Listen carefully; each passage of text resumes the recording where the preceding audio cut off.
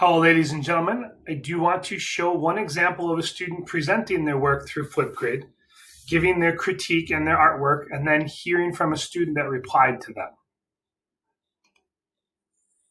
Okay, this is my final. Hello, so this is my final and my original. I did myself. And let me just start out by saying I struggled so hard. I don't do portrait, I do landscape. So let me just tell you that there's a big difference between the two. And I guess doing portrait, especially on myself, was really hard because like the hair and the nose and stuff. I struggled, but I pushed through it, and I'm actually really proud of how it came out to be. So there's some spots, like especially if you guys see the lines of the coat, I should have made that more blended in and not so bold out because if the original picture, it doesn't have that.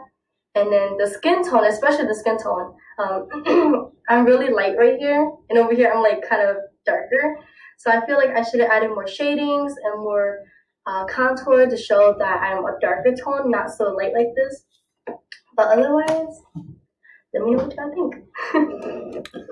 Hello, so this is my... Sorry about that, ladies and gentlemen. So Elizabeth gave me permission to show her critique, to give an example of a student using some vocabulary and discussing the project. The project here was a digital illustration unit in our digital media workshop class at Rufus King High School. Then I would like to show you guys the response. Here's one from me to the student, but you can also hear from a peer of the student in the class who has also given me permission to share his video. So this is Noah replying to Elizabeth on her digital illustration. I thought your portrait looked really good.